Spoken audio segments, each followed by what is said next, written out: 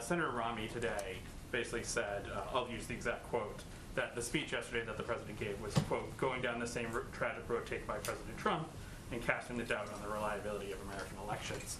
Does the White House have a response to that?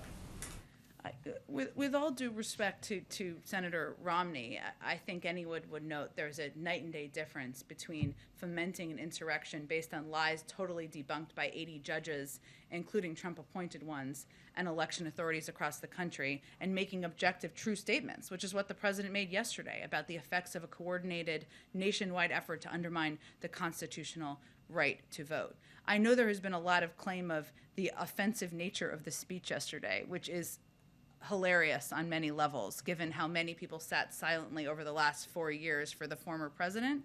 But I would note that in our view, and the president's view, what is far more offensive is the effort to suppress people's basic right to exercise who they want to support and who they want to elect. That's not a partisan thing, and that was why he gave such a strong speech yesterday. I'd like to get your response to Mitch McConnell today, who had some strong words for the president, called his speech a rant, incoherent, profoundly unpresidential, but he also accused the president of shouting that 52 senators and millions of Americans are racist unless he gets whatever he wants.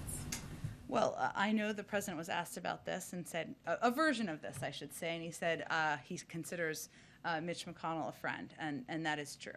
That is why is it even more disappointing that someone who has supported and advocated for voting rights in the past, wrote about it in his book, has talked about it publicly, and repeatedly voted for the extension of voting rights protections, is on the other side of this argument now. And I think it clearly struck a nerve, the president's speech yesterday and the vice president's remarks. I think there's evidence of that. But to us and to the president, what is more irresponsible, unbecoming, and divisive is the coordinated effort by far too many Republicans across the country to perpetuate the big lie and make it more difficult to vote.